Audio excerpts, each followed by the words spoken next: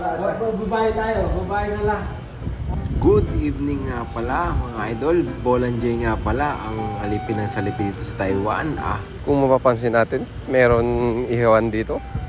At mukhang maglilitsyon kasi meron tayong Christmas party. Kung makikita nyo, ayun yun ang taga-deliver ng ano namin, pentang namin dito. Si Papa Jack, nagpapasama siya ng speaker kasi kailangan sa Christmas party natin. Grabe oh.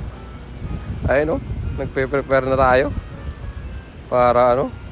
At sinabihan nga pala ako na iakit yung mga bike kasi para maluwag daw. Grabe. Parang hindi ka nabibigatan dyan.